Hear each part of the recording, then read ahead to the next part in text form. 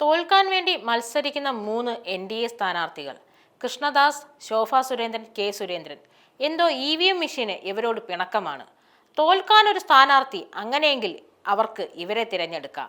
കാട്ടാക്കടയിൽ നിന്ന് കൃഷ്ണദാസും പാലക്കാട് നിന്ന് ശോഭ സുരേന്ദ്രനും മഞ്ചേശ്വരത്ത് കെ സുരേന്ദ്രനും മഷി പതിഞ്ഞു കിട്ടാൻ ഏറെ പ്രയാസമാണ്.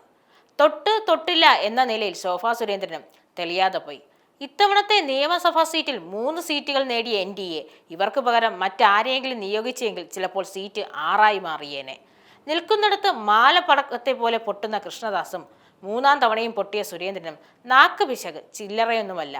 കാട്ടാക്കട പോലൊരു മണ്ഡലത്തിൽ കയറി വർഗീയത പറഞ്ഞാൽ പാലം കടക്കുക എന്നുള്ളത് വളരെ ബുദ്ധിമുട്ടാണെന്ന് ഓർക്കേണ്ടിയിരിക്കുന്നു. മനസ്സിലുള്ളത് മൈക്ക് കാണുമ്പോൾ വിളിച്ചു പറഞ്ഞാൽ വോട്ടിംഗ് മെഷീനിൽ പതിയാതെ പോകും. അധികാരം പിടിക്കാൻ വേണ്ടി പശുവിനെയും കാളയെയും പിടിച്ച് സത്യം ചെയ്താൽ ആ മിണ്ടാ പ്രാണികൾ പോലും സുരേന്ദ്രനൊപ്പം നിൽക്കില്ല.